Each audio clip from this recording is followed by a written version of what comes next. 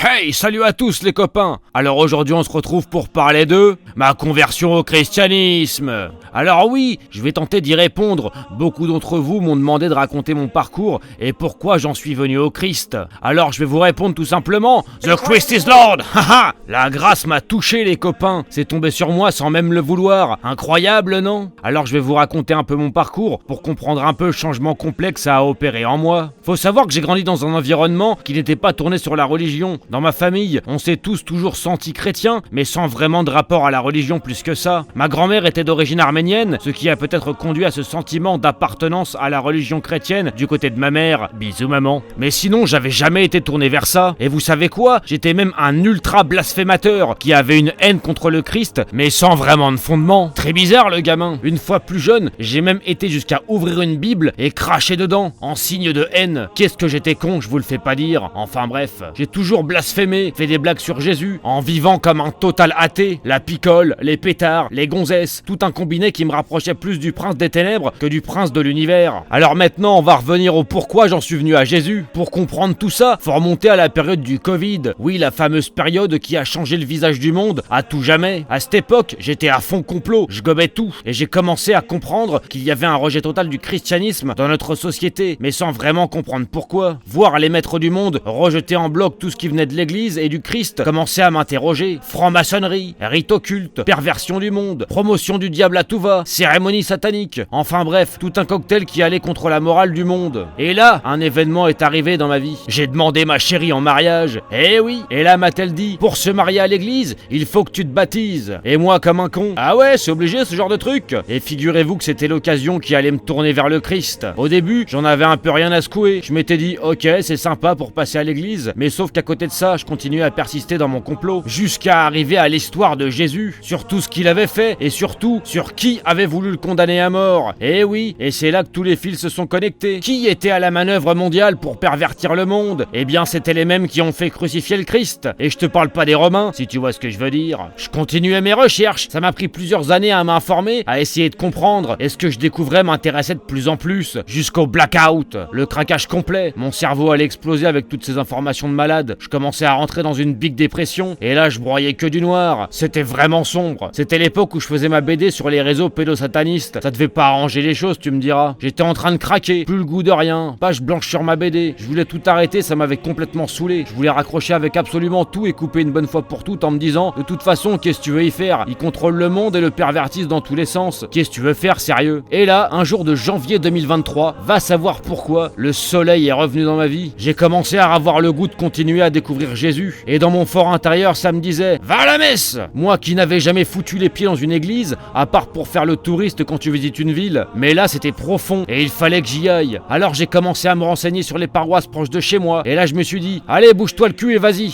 Et vous savez quoi? Ma première messe, je suis arrivé avec 30 minutes de retard et j'ai été communié. Haha, sacrilège! Et là, ça a été comme une révélation. Il fallait que je trouve ma place dans cette église. Et c'est à cette même époque que j'ai fait ma vidéo sur le linceul de Turin. Et cette enquête m'a pris plusieurs mois et a été une véritable révélation chez moi. Tout ce que j'avais analysé, recherché, comparé, m'a amené à une seule conclusion. Le Christ est réel et a ressuscité dans ce linceul. Franchement, je vous cache pas que j'ai pris une belle claque. C'était la preuve qu'il me fallait pour continuer mon chemin et avoir la certitude que le Christ avait bel et bien ressuscité dans ce linge. Ma foi a continué de grandir avec le temps. Lecture des évangiles, des actes des apôtres. Et là, je me suis vraiment senti à ma place. Je savais que le chemin que je prenais était le bon. Tout ce qui était négatif dans ma vie commençait à disparaître et le positif arrivait à grandes enjambées. L'accueil des paroissiens de mon église a été magnifique. De la bienveillance, en veux-tu, en voilà. Je m'y suis même fait des amis pour vous dire. Et ça, c'est sans vous parler de l'abbé de mon église. Que Dieu le bénisse. Il a été très bon tout au long de mon parcours de futur catéchumène. Très humain et très ouvert à la discussion. J'ai pu aborder avec lui tous les thèmes qui me posaient question. La révolution de 1789 et les francs-maçons qui ont tout fait pour faire disparaître l'église du paysage français. L'infiltration maçonnique de Jean 23. Le concile du Vatican II. Le changement de l'église en faveur du mondialisme. Enfin bref, tous les sujets que tu peux imaginer, on en a parlé. Et toujours dans la compréhension et dans le discernement. Et j'ai même été jusqu'à offrir ma BD à l'abbé de mon église, qui lui en retour m'a offert celle de Carlo Acutis. Quelle belle édiction. Et j'ai suivi mon parcours jusqu'à mon baptême. Ça m'a tellement passionné que maintenant, c'est moi qui m'occupe de l'aumônerie pour les gamins.